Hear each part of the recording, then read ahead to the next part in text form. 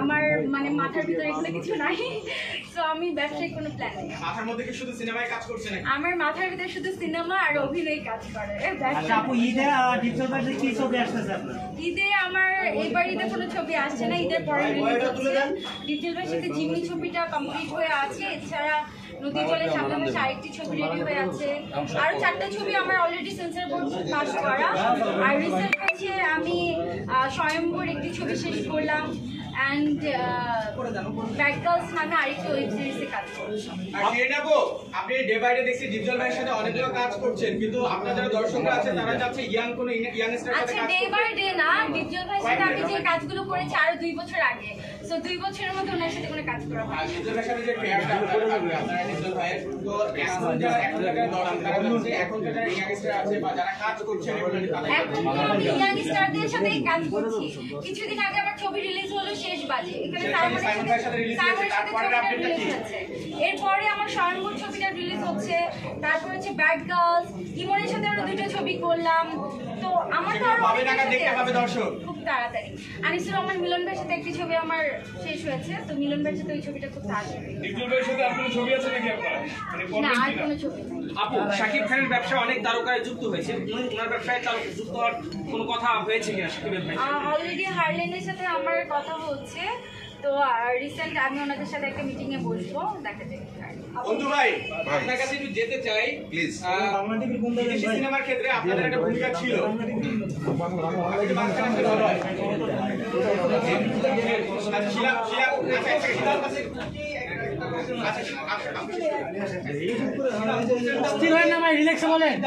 নায়িকাদের মধ্যে একটা ভাইরাল হওয়ার প্রবণতা দেখা যাচ্ছে, যেটা আমরা নায়িকাদের মধ্যে দেখছি, এটা কি কর্মহীনতার কারণে বা কি কারণে, কি মনে করেন?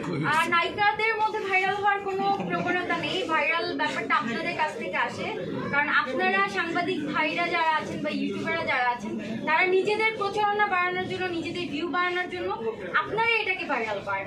নায়িকারা কখনোই ভাইরাল হতে চায় না, কারণ নায়িকাদের একটা না, অনেক ক্ষেত্রে দেখা যাচ্ছে যে একজন নায়িকা ধরেন একটা প্রেস মিট ডেকেছে, হ্যাঁ, খুব সিরিয়াস কিছু একটা নিয়ে আলোচনা করবে এরকম বলে, পরে দেখা যাচ্ছে এটা অন্য একটা ব্যাপার বা কোনো তারকার নাম নিয়ে উনি কথা বলছে, হ্যাঁ, আসলে কিছুই না।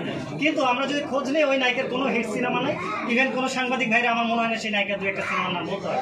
তো যদি করে কেউ যদি এরকমটা করে থাকে, আসলে এটা খুবই দুঃখজনক। আমার কাছে মনে হয় আরেকজনকে ছোট করে বা আরেকজনের নাম নিয়ে নিজেকে বড় করাটা এটা কখনোই কোনো শিল্পীর কাম্য হতে পারে না। শিল্পীরা সবসময় তাদের অভিনয় দিয়েই আলোচনায় থাকতে চায়, যেটা আমি পার্সোনালি চাই, আমার অভিনয় দিয়ে সবসময় আলোচনায় থাকতে। সো কারোর নাম বিক্রি করে আলোচনা আসাটা এটা আসলে ঠিক না। এরকম গুটিকতক নায়িকার জন্য আপনাদের যে নায়িকা কমিউনিটিটা আছে তাদের জন্য ইমেজটা ক্ষতিগ্রস্ত হচ্ছে কিনা? অফকোর্স ক্ষতিগ্রস্ত হচ্ছে, আমরা ক্ষতিগ্রস্ত হচ্ছি, বদনাম সবারই হচ্ছে। একজনের একটা কি বলে বিভ্রান্তমূলক কর্মকাণ্ডের জন্য আমরা সবাই কিন্তু অনেক কি বলে সমালোচনার মুখে পড়ছি। তো এটাকে আসলে কি বলবো, কিছু বলার নেই। কিন্তু সে যে কাজটা করেছে এটাকে কিন্তু আপনারা যেভাবে খারাপ দৃষ্টিতে দেখছেন, সবাই কিন্তু এটাকে যেই হোক, মানে আপনারা যাকে বুঝাচ্ছেন আমি তাকেই